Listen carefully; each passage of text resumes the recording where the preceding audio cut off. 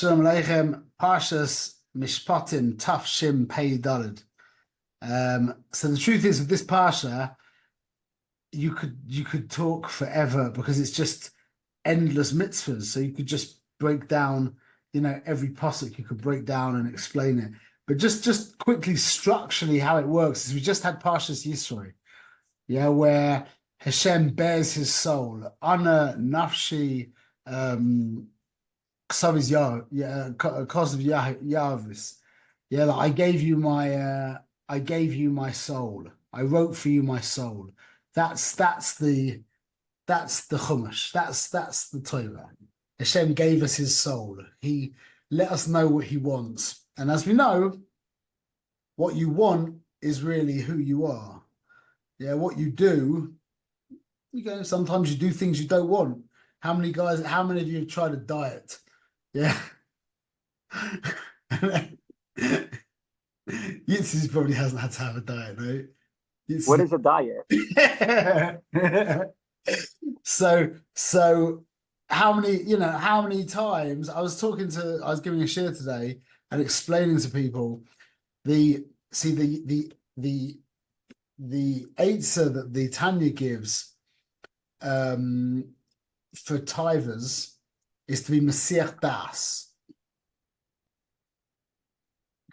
Just throw out how do we translate Das in one word?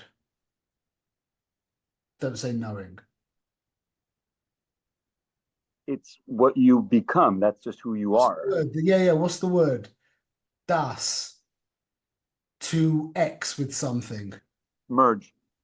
Yeah, but that's not the word. That's what it is. It's right. You're right. To identify. Identification and merging, it's the same thing. So it says to be Masiach Das. Masiach Das means not to distract yourself. It means to disidentify. Because Kozman, you're identified with the tither, there's no one to fight. There's no one to fight it. You are it. You are the tither. It's like a guy who's angry and you say to him, relax, man. He just gets more angry because, see, anger is like a being, yeah? And if anger stops being angry, it ceases to exist. So anger has to be angry. Otherwise, it's nothing. So if a guy, now this is a really deep point, if a guy is identified with his anger. He doesn't say there's anger in me. He says, I am angry. I'm mamash angry. Not I feel anger. I have anger in me. It's in the words. It's mamash. It sounds like semantics, but it's bichlal, not semantics. I mean, it is semantics, but semantics are choshev, mamash. So the guy who says, I'm angry, I am angry, and you say to him, relax, relax. You're basically saying to him, kill yourself. You're basically saying, put a gun to your head and shoot yourself. He is anger. So how can it go? So it can't. But, and this is moedic, if your anger, and this is a very rare case because most people are angry. Most people are anger. When not that they're angry, but I'm saying when they get angry, they have become it. Yeah, but if you meet that exceptional person who isn't anger, he just has anger in him, and you call him on it, it like almost immediately dissipates. It's the exact opposite thing. So if you can turn around to your wife and say to her, I have anger in me right now. I have a feeling of anger in me. Not I'm angry. I'm not angry. I'm shmuel. I'm not angry at all. I'm shmuel. But right now I feel anger inside me. You don't even have to say it, but if you're in that matzias and someone says to you, relax, relax, yeah, you will relax. Whereas if you are the anger and they say to you, relax, relax, you get more angry, literally day and night. Anyway, so that was a little bit off topic, but the Rebbeinu Shloim gave us himself. So you are what you want. And the Rebbeinu Shalom by Parshas Yisroi, by Matan Torah, he told us what he wants. And that was him giving us his soul. Because that's who you are. It's what you want.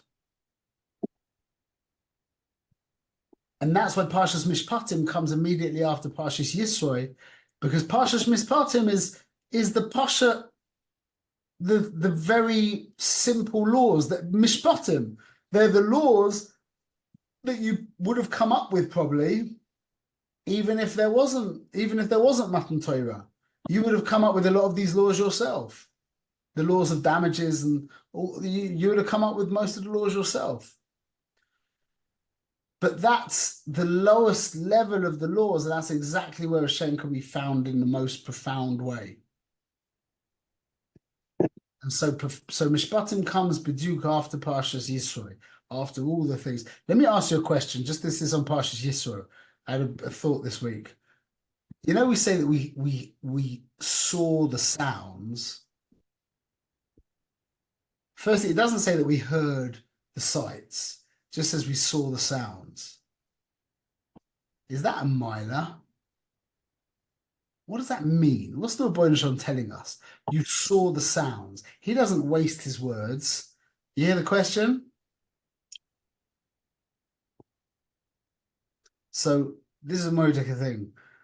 You can't see essence. You can never see someone's essence. All I see is your goof. I had a really interesting thing this week. My 10-year-old boy, Yitzi, you met him, Yochanan, yeah? You call him a rock star. He really is a rock star. And he cracked his head open on last Tuesday.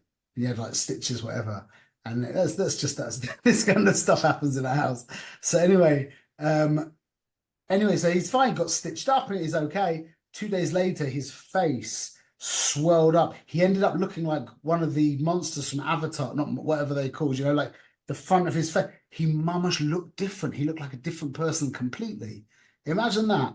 Your child just stopped, like almost immediately stops looking how he was. He's the same kid. He just looks like a different child. It was a really weird thing. He's a beautiful kid as well. And it was like really weird, very weird thing. And, but then after the initial shock, I've got another person I know over here who's called me up. He's in this terrible problem.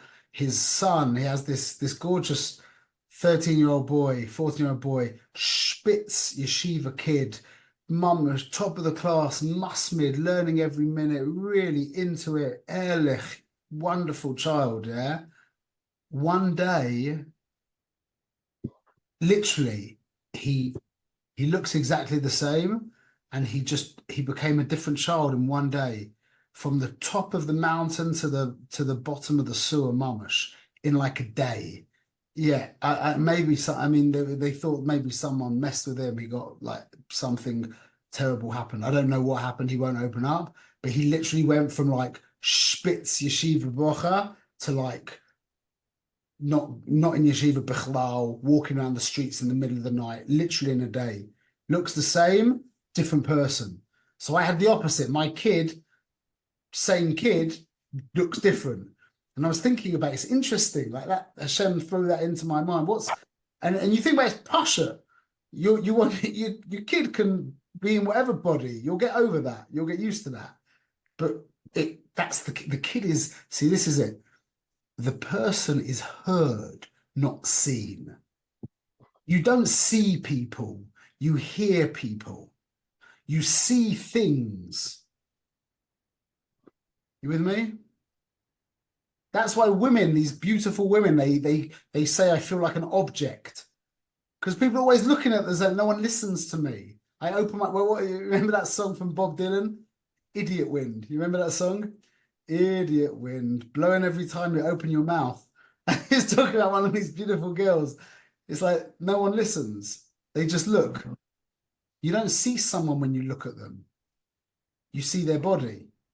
You experience a person when you listen. And that's what it means that we saw the sounds. See, the problem with listening is that although I get to experience you, I interpret it on my terms. So do you remember, we've said this before. Remember, if I was to describe to you a creature, I went on this exploration and I went to Mars, yeah, and I found this wacky creature, and I come back and I'm like, it's got like ears like a bunny rabbit, it's got like scales like a snake, it's got like 10 legs, it's got like hair, etc., etc. Yeah. What you do is you piece together the picture of that creature using pre-existing images in your mind. You put it together in a novel way. But if I was to show you a picture of this creature and you see it with your eyes, you'd be like, wow, I could never have imagined such a thing. So this is how it works. Listening brings the other to you. Seeing brings you to the other. That's the difference between Goyische Emunah and Yiddische Emunah. Goyische Emunah is based on hearing. Yiddische Emunah is based on seeing, meaning we appreciate Hashem on his terms. The Goyim appreciate Hashem on their terms. Assuming that we're being who we're meant to be. But the point is, see, this is the godless of you saw the sounds. You hear now? We put it together, yeah?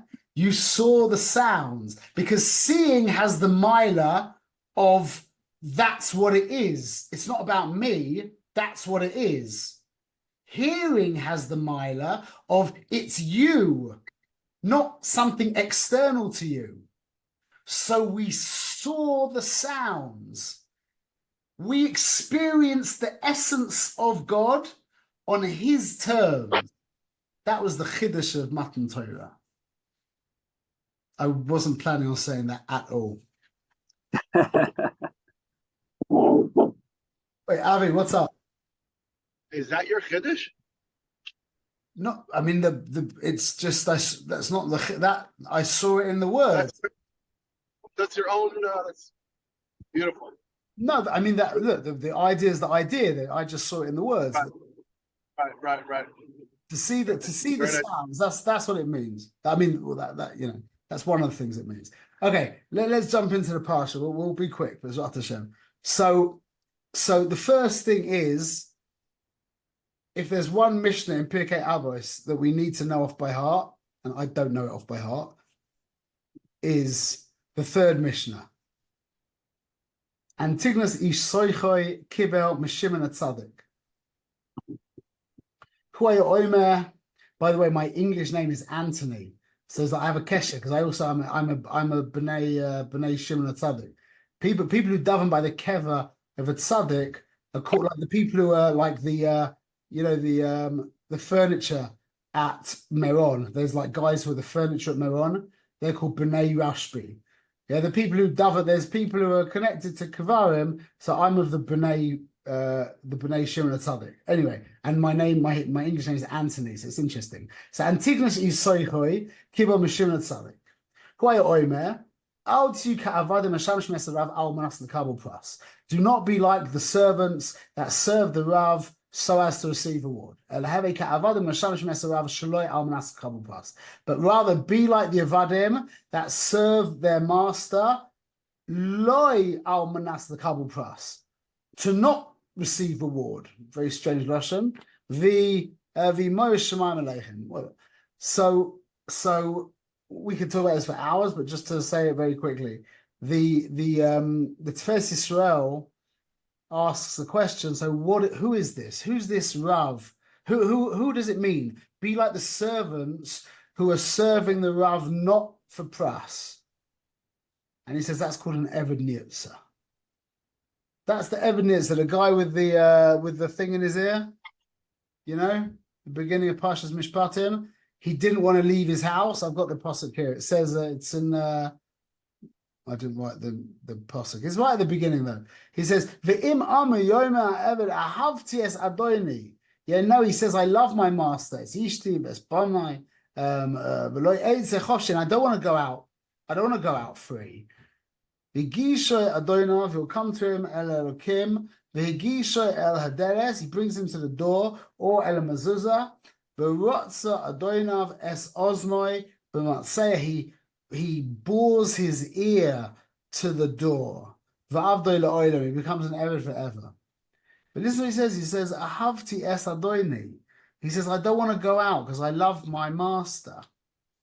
This is a guy who has become identified with his master. And he can't, and anyone saw that film, The Shawshank Redemption? Yeah, or every prison film there's ever been, there's always like that old guy who's been there for 50 years, who gets released, who kills himself. He can't go, yeah? There's always the same, it's the same. Why? Because he's become so identified with the prison, he can't imagine life outside the prison. It's a very posh idea. This is what happened to this guy. This Eved has become so identified with his master, for whatever reason, he just can't imagine leaving. That is the Eitzah that Antigonus Isoicha is giving us. And this is a human Eitzah. This isn't the Dveikus of the Neshama in Hashem. This is basically just having it clear. Like, he made me. I'm his. I belong to him. That's the Eved Nirtzah. Like I'll be like a fish out of water without take me out of my divine service. What else is there? What else am I going to do with my time? I'm going to build a business? What's the point of that? Well, give me something, I need something to do. That's the point. So the Eved Nirtzah is that guy. That means you're so identified, and you turn around to this guy and you say to him, well, let me give you some money for your work. He's like, I don't need your money. Okay, I need to eat, so I got to take, but I don't want reward for this. Like, what? It's like getting paid for being you. Like someone says, by the way, I just want to give you a wage for being you. You're like, what are you talking about? It doesn't make any sense. If you want to give me money, fine, but it's not. I want to be me anyway. That's the Eved Nirtzah, and that's the lowest, highest level of Avodas Hashem. Meaning that's the basic. That's what's expected of us.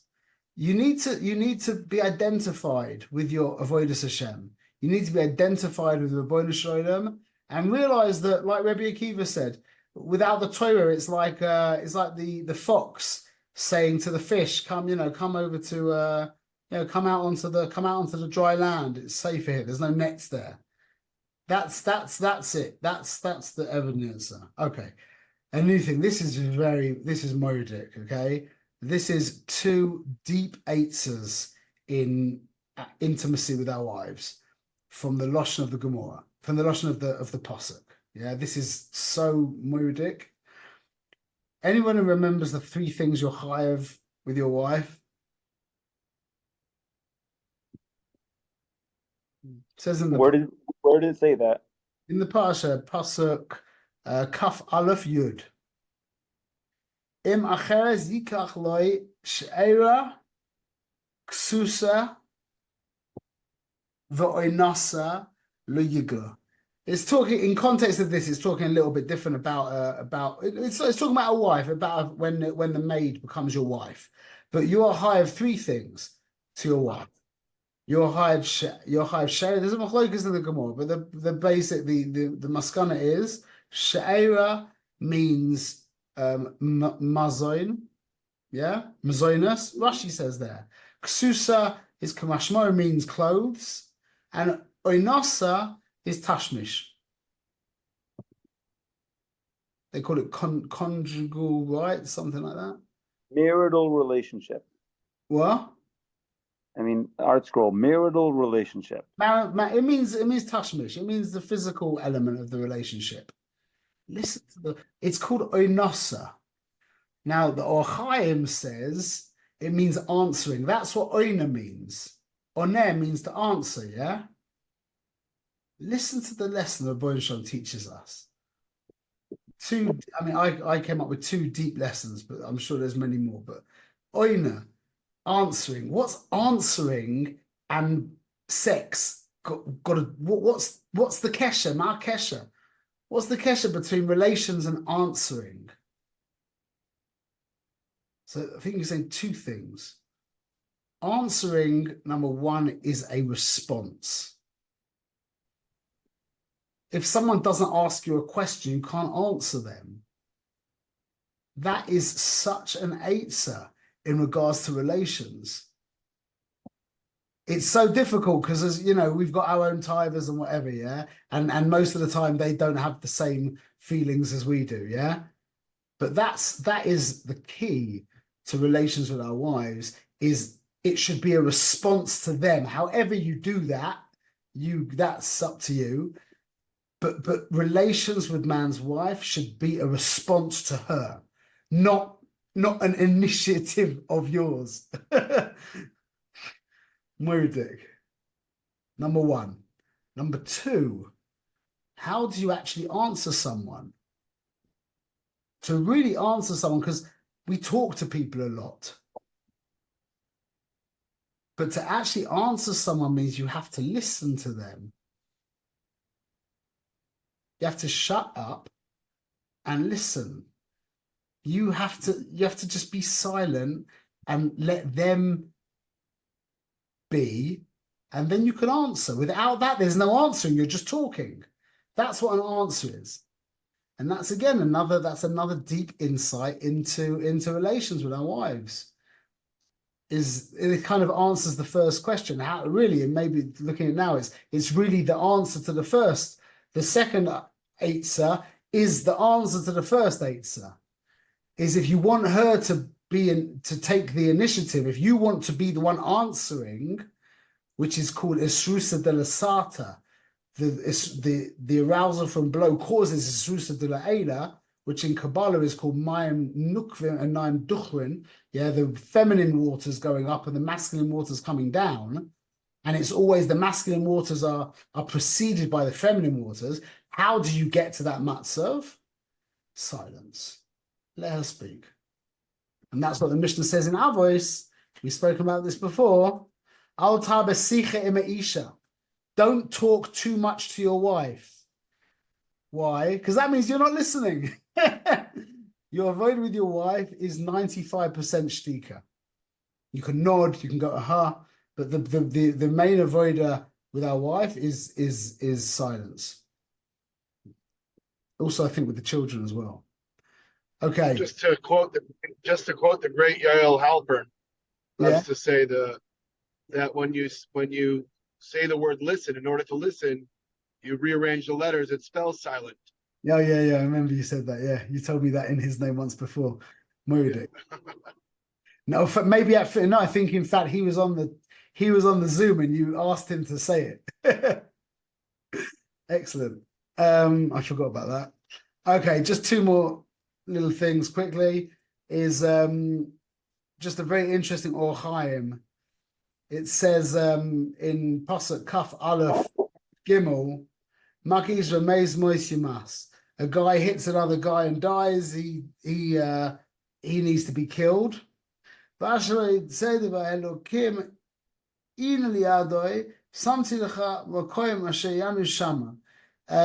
didn't do it bedafka, but it came about. Hashem basically did it bashkacha, and I'm going to give you a place to go to, like the Mikla.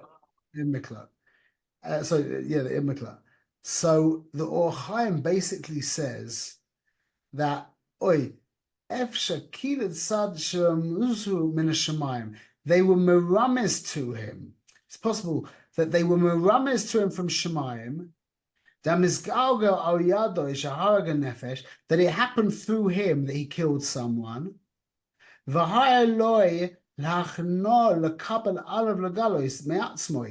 should have humbled himself and taken on himself to put himself into galus. What happened was he killed a person, which means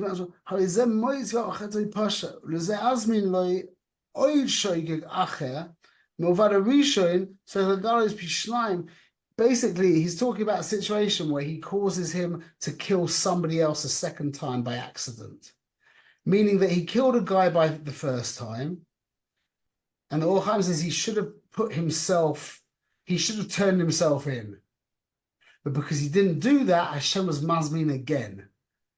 That's just a very good answer to how we see the world, is only we know in our own lives. Hashem is talking to us always. And I always think about that scene in Dumb and Dumber. You remember that film Dumb and Dumber? Yeah? When Jim Carrey turns around to the girl in Aspen and he says to her, what do you think the chances of a guy like me getting together with a girl like you are? And she looks at him and she's like, well, like 1 in a million. And he starts dancing around the room going, you're telling me there's a chance? Yeah. That's such a deep point. That is so deep. You know, we live our lives like that. We laugh at him, but we live our lives like that. When you want something, mamash, and someone says there's a 1 in a million chance, it's like you've already done. It's signed and sealed. It's done. So this is the point. Hashem's telling us. See, the way it works is like a GPS. Yeah, you're driving in a certain way, and you take a wrong turn, and the GPS, you see it like it starts doing the circle, and it goes, and then it gives you a reroute. Yeah. And then you go again. It's like when you're not following it and you're driving somewhere else, yeah. And then you don't take that turning. It does the circle again, gives you another reroute, and then eventually it just says turn back, turn back. That's what happens eventually. So we're going. That's the skill of being alive, is to hear the Rebbeinu Shalom first time, hear him clear. Get the message. You like it, you don't like it. That's not part of the thing. Get the message, yeah, and then then you can. It's like he's like patting you on the back, thinking, "Oh, thank God, I don't have to do this to him anymore. Thank God he got the message. Oh, Baruch Hashem." So the quicker we can get the message, and again, just to keep in mind that he's not playing games. He's not like this, like mystical, like like he likes to play games with us, yeah. If he needs you to know something, he will let you know it, but he will give you the opportunity to, like Jim Carrey, to go the 1 in a million thing. He'll give you that opportunity, but he's not playing games. He wants you to get the message, and we can get the message. And for one final thing is the Or Chaim says on Pasuk Kaf Gimel Kaf Gimel Pasuk Zion, that basically just the din of Misa is mechaper. Before the guy actually gets killed by the court, just when they how do you say it? They sentence him to Misa, that's already the kapara. Death is the kapara, because death was what we caused by hate, by the hate Eitzadas. We brought Misa into the world, and we know that it's always the refuah comes before the matter. Not in that case, but the punishment is the tikkun. Hashem doesn't just punish. It's not like, it's not. It's tikkun. So death came into the world, which fixed the Eitz Chaim. Why? Because by the Eitz Chaim, we became egotistical. We became this is, I saw this inside, and I looked for it for a long time. I never found it again, but I saw my own eyes inside, and I can't remember where. That, it says that Adam had bushas in Gan Eden when after he was embarrassed, yeah. When after the chait, he saw that he was naked and he was embarrassed, and he made clothes like fig leaves himself, yeah. So I saw in a sefer that he was having relations with Chava, and he became embarrassed because he started experiencing his own pleasure. That was what the embarrassment was. After the hate, what that caused was that he was now able to experience his own personal pleasure. And that was embarrassing. Not that he looked down and he was naked, that he was involved in relations with Chava and he started to feel his own personal pleasure. Before the hate, having relations was just like putting on tefillin. It was just a mitzvah. It's not about me, I'm just doing a mitzvah. But then after the hate, and that is really the shoresh of the ego, is your own sense of pleasure. Because remember, everything's always about your pleasure. It's about my pleasure or his pleasure. Yeah. So that is the ego. That's what happened at Gan Eden. We became egotistical. And death is the remedy for the ego. And that's what it says. You should be memayes yourself through Torah. Kill yourself through Torah. That doesn't mean that you have to, that means break your sense of self. And that doesn't mean that you're like fasting and sigufim. And I've met people, believe me, I met people, there are probably not so many people like this in LA, but I've met people who fast and masagate themselves. They do like crazy things to themselves. And with every thing they do to themselves, they become more and more of an ego. With every siguf that they do, and with every kindness that they do, and with every kvetch and that, yeah, they become more distant from the Rebbeinu Shalom. That's not what it means. It doesn't mean kill yourself. It means just see through the delusion. Just see through that you're not something separate from reality. You're not something by yourself. You're part of this. You're part of the big picture. Don't take yourself. And that's the tikkun. So the misa's the tikkun for the problem of what we caused at Gan Eden. And that's what the Or Chaim says on the pasuk here, that just the mention, just that we get decreed on us misa, that was mechaper. That's already mechaper. Just just remembering, that's mechaper. Okay, Shpizoicha Bezrat Hashem, all the mishpatim, and to be good yidden, and I will see you all soon. Bezrat Hashem, looking forward. I just wanted to you said it in with regards to seeing the words by the Yisrael Sedibras. You said that all of us see Hashem speak to us all the time in our lives. It's exactly that same lashon. We see Hashem speaking to us, just like we saw by Har Sinai.